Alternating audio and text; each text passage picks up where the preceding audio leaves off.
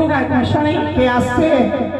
আরে আসছে নয়, এসে গেছে। এসে গেছে? রানীমার মাসিমা, পিসিমা, ঠাকুমা সবাই এসেছে। তাই নাকি? আচ্ছা রানীমা, আপনাকে যে সবাই বরণ করে দিচ্ছে, পয়সা দিচ্ছে তো? বিনা পয়সায় কিন্তু বরণ করতে হয় না। ও বাবা,